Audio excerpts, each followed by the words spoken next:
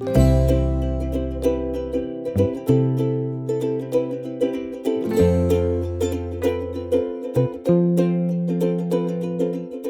reçois aujourd'hui Emmanuelle Grutzner-Dufart, enseignante en viticulture-œnologie au LECTA de Libourne-Montagne, Agrocampus Bordeaux-Gironde, et Sébastien Martineau, professeur d'œnologie au lycée de Tours-Fondette, auteur du manuel L'œnologie en mission, 17 parcours pour se professionnaliser, paru chez Educagré Éditions, ainsi que Magali Benoît, inspectrice pédagogique de l'enseignement agricole.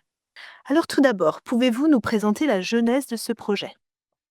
Ce projet, en fait, il répond à un besoin en termes d'approche capacitaire et un besoin en termes de support, pour enseigner et apprendre, l'œnologie. Ce manuel, il va s'inscrire complètement dans le pas de temps des rénovations, notamment le bac pro conduite et gestion de l'entreprise vitivinicole et du BTS viticulture œnologie. Et donc l'idée, par rapport à cette ressource, ça a été de constituer une équipe de travail et de réflexion autour de la conception d'un outil qui soit adapté à ce besoin-là. Très bien, merci. Et comment l'avez-vous construit, pensé, ce manuel ? En fait, en tant qu'enseignant, la question que nous nous sommes posée, c'était de savoir quel outil serait, utile pour nous, pour à la fois assurer nos enseignements et permettre aux apprenants d'atteindre les capacités. Donc, à partir du référentiel, on a conçu un outil, qui pourrait être destiné, à la fois aux enseignants, aux élèves et pourquoi pas aux futurs professionnels. Alors, effectivement, donc pour l'apprenant, il va lui permettre, d'acquérir progressivement toutes les compétences, nécessaires pour, devenir un technicien, en œnologie. Il sera immergé dans des vraies situations qu'il rencontrera réellement dans la vie professionnelle et puis, pour nos collègues enseignants, il propose, toute une série d'activités dans des vignobles, tout à fait divers, à la fois donc en France et en Espagne. Pour, animer ses cours, ses activités pluridisciplinaires et il sera un outil qu'il pourra utiliser à sa guise en mobilisant des aspects théoriques et pratiques. Ce que l'on a voulu aussi, c'est, proposer un outil qui invite à l'échange, à la confrontation en permettant, l'utilisation de documents.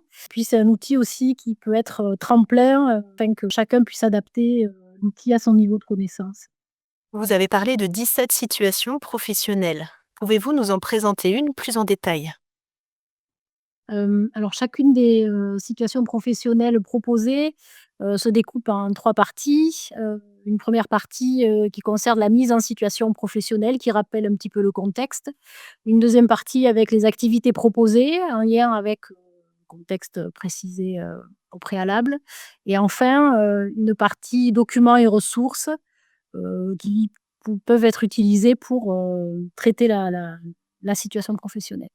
Par exemple, si on regarde de plus près, la situation, qui concerne la désalcoolisation en IGP Pays de Doc, le contexte propose, à l'étudiant de se mettre dans la peau du maître de chai d'un domaine, qui souhaite élaborer une cuvée, désalcoolisée. Donc, à partir de cette situation, plusieurs activités sont proposées permettant de réfléchir à, la matière première, aux techniques de désalcoolisation, et puis de comprendre un petit peu les enjeux, face à l'élaboration d'un vin sans alcool. Et enfin, une troisième partie qui, propose des documents permettant de traiter, les activités, de répondre aux activités. Ici, par exemple, un premier document, qui présente des pronostics, des prévisions liées au changement climatique en viticulture. Un deuxième document qui présente un bulletin d'analyse, de l'objectif produit souhaité dans le cadre de ces activités. Et enfin, un troisième document qui présente, la réglementation, actuelle, par rapport à la désalcoolisation des vins. Et enfin, pour chacune des situations professionnelles, proposées, il est présenté en fin de chapitre un dernier document, qui propose, un outil de lecture de paysage.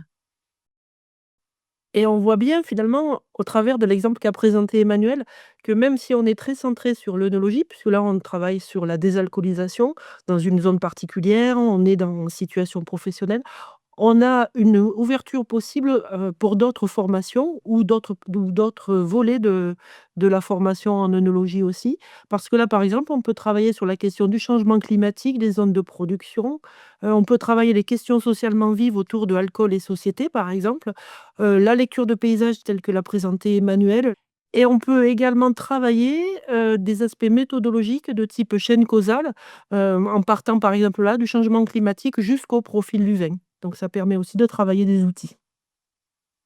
Très bien, merci, on y voit plus clair.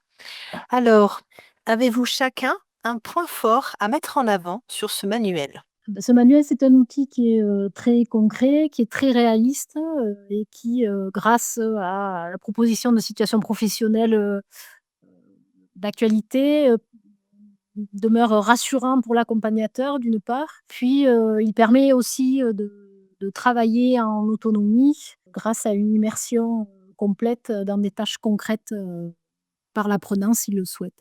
Alors moi, ce que j'aime beaucoup dans cet ouvrage, entre autres, hein, c'est sa diversité, iconographique.